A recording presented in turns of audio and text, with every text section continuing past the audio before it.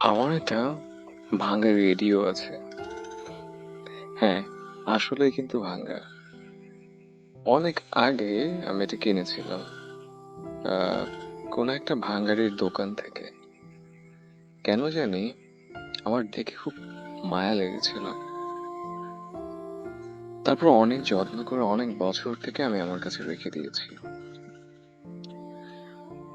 মাঝে মাঝে আমার যখন প্রচন্ড একা লাগে, প্রচন্ড মন খারাপ হয়, আমি সেই ভাঙা রেডিওটা বের করে তার সাথে কথা বলি।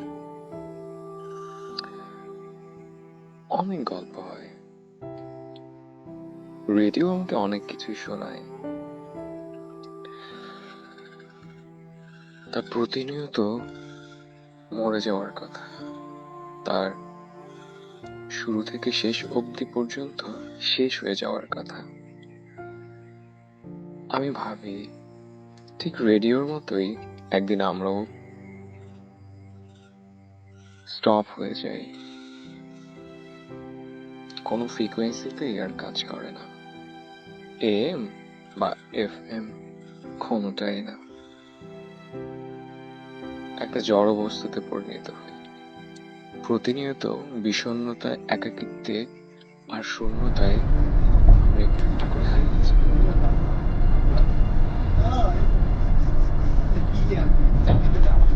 মাঝে মাঝে আকাশ নেমে আসে আমার কাছে। আমি রেডিওর সাথে গল্প করি আকাশ থেকে।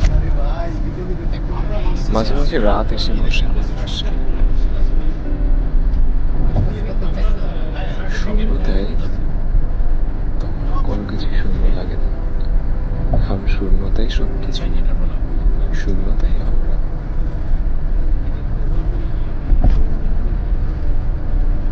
সময়ের ফাঁক গলে,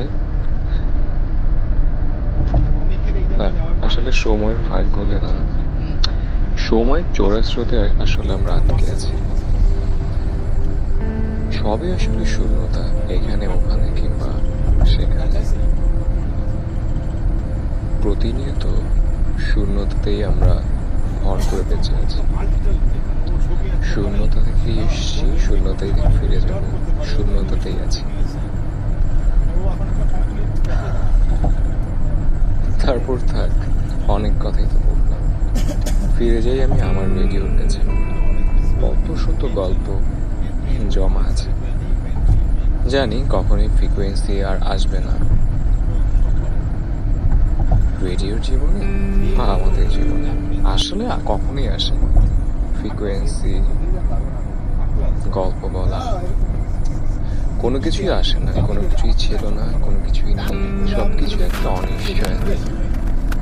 তাই মনে প্রশ্ন জাগে। আসলে প্রশ্ন অনেক কিছুই জাগে অনেকদিন বেঁচে থাকার পর।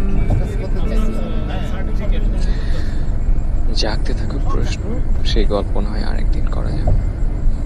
শুভরাত্রি।